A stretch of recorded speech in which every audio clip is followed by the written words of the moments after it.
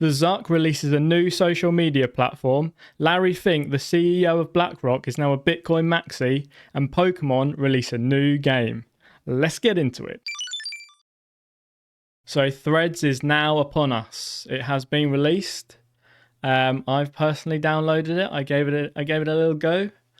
I knew what I was signing up to. In terms of that, I can't delete it unless I want to delete my Instagram account.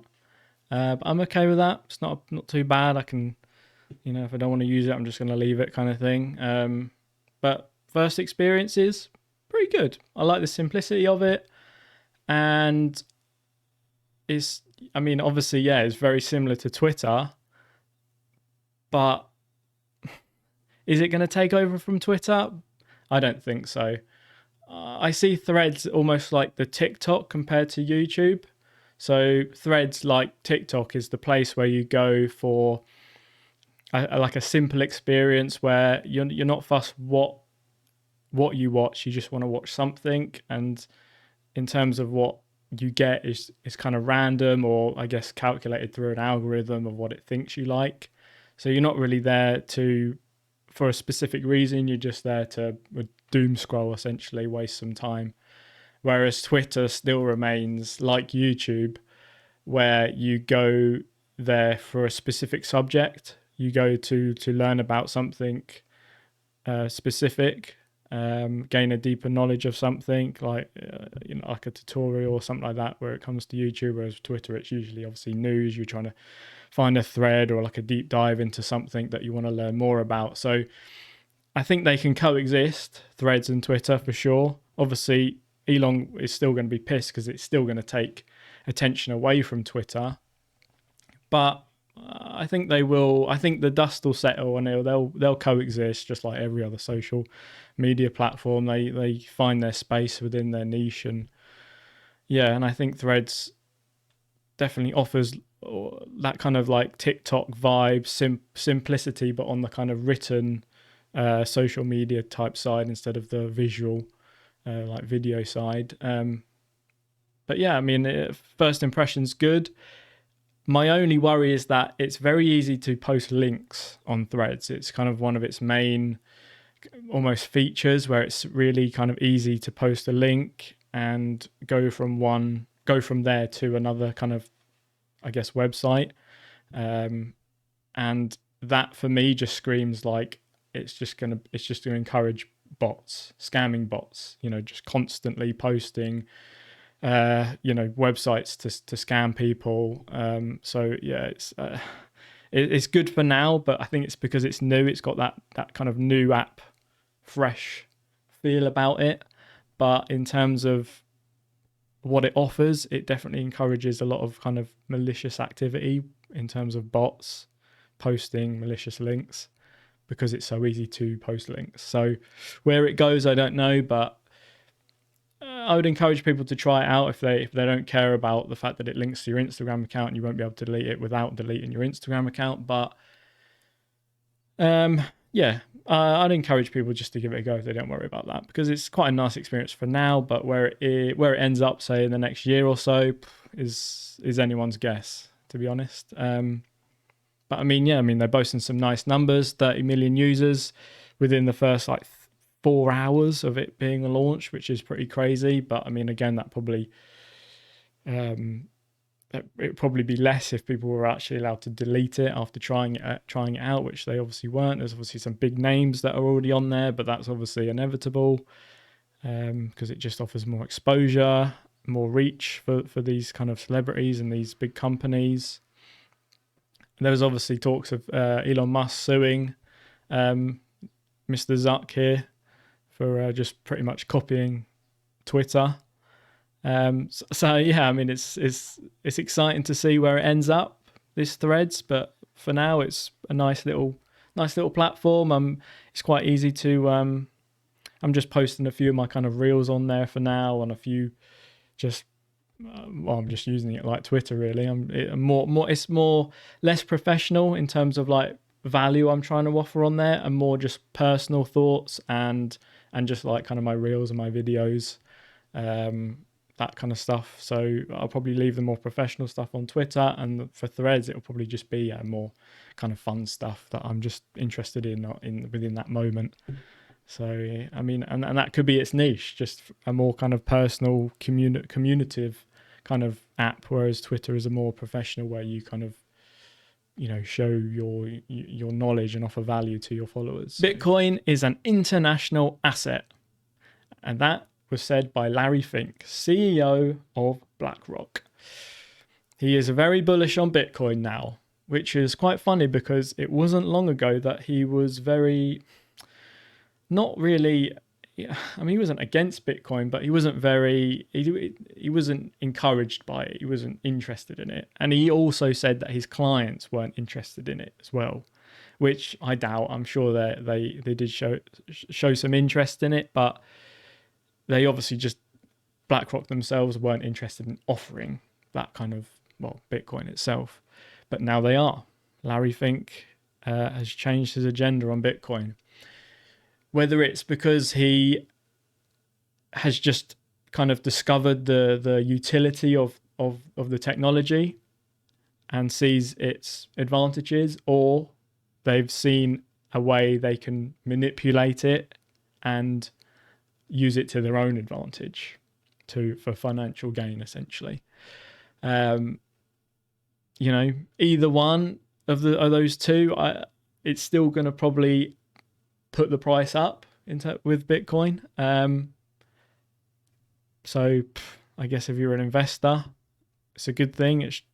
But for how long, I'm not sure. But yeah, he recently did a talk on Fox News, and he said Bitcoin is literally like digitizing gold, which is obviously what most people think of it as. It's kind of, yeah, it's a digital gold, a hedge against inflation. And yeah, he said it was an international asset. It's not based on any one currency, and so it can represent an asset that people can play as an alternative.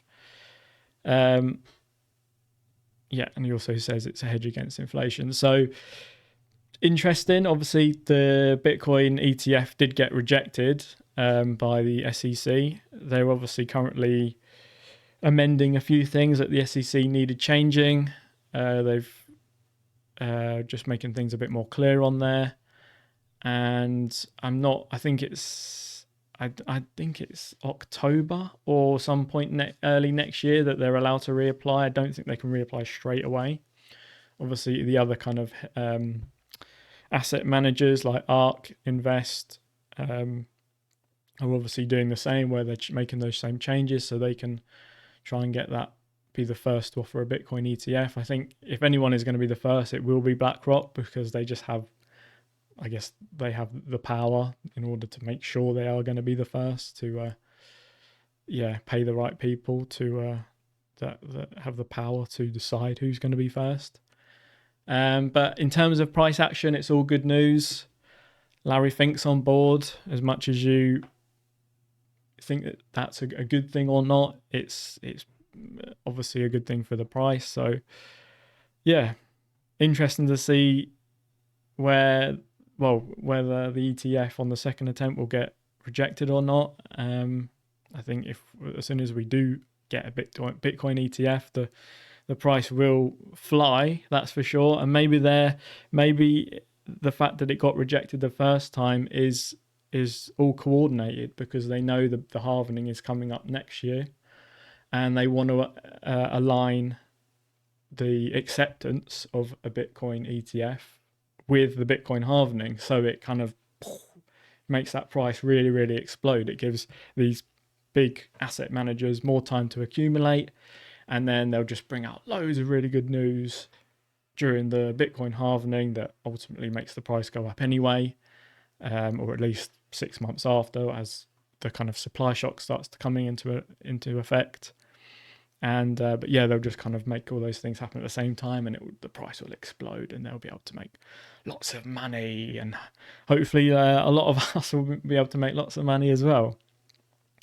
It's as long as you take profits, that's the key, and sometimes that is the hardest part. But there you go. Larry Fink's on board. He's now not a Bitcoin maxi, but he definitely likes Bitcoin now, which is well, it can't be a bad thing to have someone with over $9 trillion worth of assets on your team. Pokemon have released a new game, and it's a little bit different this time. Pokemon Sleep. So it's a sleep to play, I guess you could call it. So it's essentially a sleep tracker. So you just set it up, put your phone next to you before you go to bed, and you sleep. And it tracks how well you sleep. So it will record you as you sleep, which is a bit, what they're going to do with that kind of data. Not sure. But at the end of the day, is it data that you're too worried about? What, like, snoring? I'm not too bothered about offering my noises of me snoring to companies that will sell that data on. But is that the only data it's harvesting? No one knows. But anyway, diving in a bit too deep there. It will record how you sleep, and how you sleep will determine what kind of Pokemon you attract. And the idea is you have a Snorlax that you have to look after, and you have other Pokemon that you will attract through the ways you sleep, and you can also feed them. That gives you like bonuses and boosts to attract even more Pokemon. And there's different like variations of Pokemon in terms of how they sleep as well. So yeah, it's an interesting game. I think I'll definitely try it out. I think it's due to release at the end of this month, end of July. There's no specific date for iOS users yet, but there is for Android. Pokemon Sleep tracks 3 sleep types: dozing, snoozing, and slumbering. The app's Pokemon appear to have their own sleep styles too. So this is like I was talking about. Pikachu has 3: droopy-eared, curled up, and electrifying sleep. So there's some examples there. You got Charizard with his arms crossed sleep, which is quite cute. And then Cubone using his bone as a pillow. And then you've got Raichu with his tail in the ground, so he's grounded. That's really cute as well. It's quite. I mean, it's nice to have a Pokemon game that's a little bit different. It isn't just you running around catching and fighting Pokemon. So yeah, like I said, it acts as a sleep tracker as well. So you record your sleep patterns and listen to whether you're snoring or making noises. So again, it will almost kind of help you discover how you sleep, so you can use that information to try and get improve your sleep, essentially, all while catching Pokemon. So yeah, it says here, so you can pre-register for Android devices. So it doesn't actually give a specific date of when it's coming out, but there's no date or no pre-registration for iOS users as of yet. But it is due to come out at the end of this month, I think, so end of July. So yeah, there you go, a new Pokemon game. I'm a big Pokemon fan. I've got Pokemon cards everywhere. So I'm just surrounded with Pokemon cards pretty much wherever I go. I've recently bought some 151, if anyone's interested in the new actual Pokemon cards, the 151 collection, which is obviously the original 151. There's only the Japanese cards at the moment.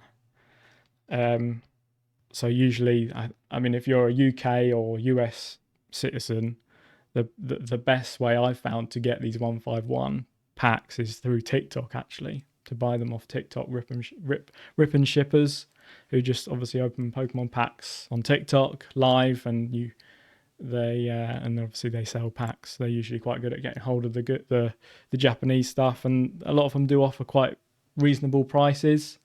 For a 151 pack, it is about £9 in the UK at the moment, which is obviously very expensive, but they're of a limited supply and they have to come from Japan, so it's expected. And yeah, the English version I think is coming out in October. You can pre-order now from the Pokemon Center website. I have. But yeah, so yeah, it's probably my best pull from my 151. Little Mew there, beautiful stuff. As always, let me know about what you think about any of these topics. Make sure to like and subscribe because it helps me out. Like always, I enjoy making these videos. They might not be the most seamless of videos, but I like the kind of freestyle because it allows me to kind of offload my just personal opinions about things and what I know about it, and hopefully what I know offers a little bit of value towards you guys as well. So yeah, I'll end the video there and see you on the next one.